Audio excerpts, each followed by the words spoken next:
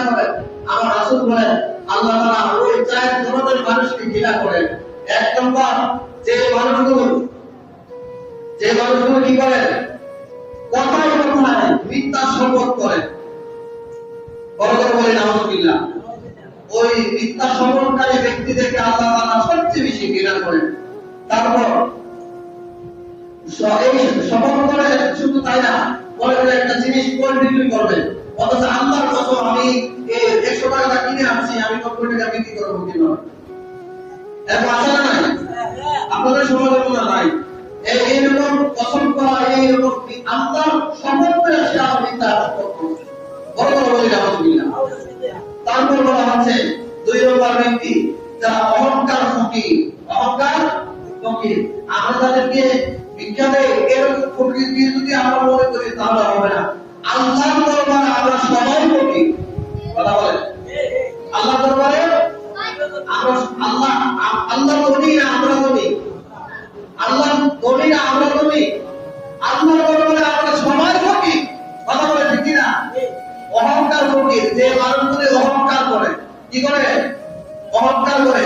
বংশের অহংকার, টাকার অহংকার, সুন্দরের অহংকার, দর্শকের অহংকার, সন্তানের অহংকার করে। কি করে না? এই মানুষগুলিকে কে ঘৃণা করে? স্বয়ং আল্লাহ তাআলা ঘৃণা করেন। আল্লাহ যখন করে ঘৃণা করেন, আমরাও ঘৃণা করি। কথা বলতে কি না? অহংকার মানুষকে আপনারা ভালোবাসেন? আল্লাহ তাআলা এই অহংকারী মানুষকে ভালোবাসেন না? আল্লাহ রাসূলকে ভালোবাসেন না? ফেরেশতাকে ভালোবাসেন না? যারা মুমিন মুত্তাকিন ভালোবাসেন তারাও তাদেরকে ভালোবাসেন না। ঠিক আছে?